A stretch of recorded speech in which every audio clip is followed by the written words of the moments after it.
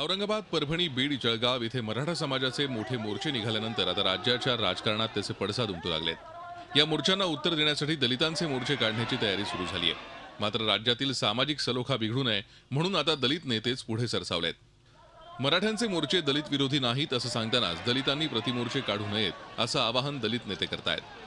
मी आंबेडकरी चळवळीच्या सर्व कार्यकर्त्यांना असणारं आवाहन करतोय की कोणीही मराठा समाजाने काढलेल्या मोर्चाच्या विरोधात मोर्चा काढायचा नाही। ज्यांनी कोणी काढण्याचा प्रयत्न केला आणि करेल तो RSS BJPचाच कार्यकर्ता आहे, एवढं लोकांनी त्याच्यामध्ये लक्षात घ्यावं। ही जे मोर्चे काढणारे आहेत ते काही राजकीय पुढाऱ्यांच्या हातातलं बाहुलं म्हणून पाहत आहेत आणि महाराष्ट्रामध्ये दंगे धोपे करण्याचा प्रयत्न चालू आहे असं माझं मत आहे। आणि त्यामुळे आंबेडकरी समाजाला आणि समस्त या महाराष्ट्रातल्या जनतेला माझं आव्हान आहे की अशा मोर्चांमध्ये सामील होऊ नये। प्रकाश आंबेडकर यांनी संघ आणि भाजपवर केलेले आरोप भाजपने फेटाळून लावलेत, तर दुसरीकडे कोणत्याही नेत्याशिवाय मराठा समाजाच्या निघणाऱ्या भव्य मोर्चानं मराठा समाजातील प्रस्थापित नेतेही हादरलेत।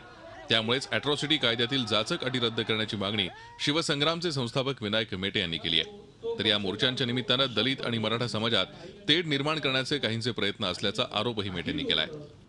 समाजाचे जे मोर्चे निघत आहेत त्याला प्रतिमोर्चा हा दलित समाजाचा निघाला पाहिजे असं कधीही मी म्हटलं नव्हतं।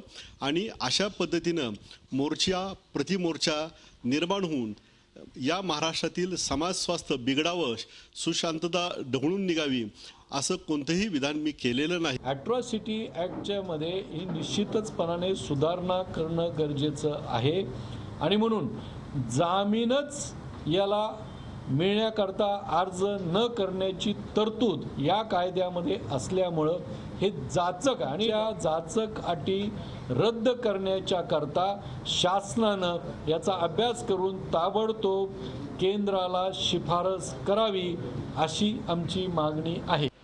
स्वयंस्फूर्तीने निघणाऱ्या लाखोंच्या मराठा मोर्चानं राज्याचं नेतृत्वही हादरलंय। त्यामुळेच मराठा मोर्चाचे सरकारवर तसंच भाजपवर काय परिणाम होऊ शकतील याचा आढावा घेण्यासाठी मुख्यमंत्र्यांना भाजपमधील मराठा आणि इतर नेत्यांशी चर्चा केली।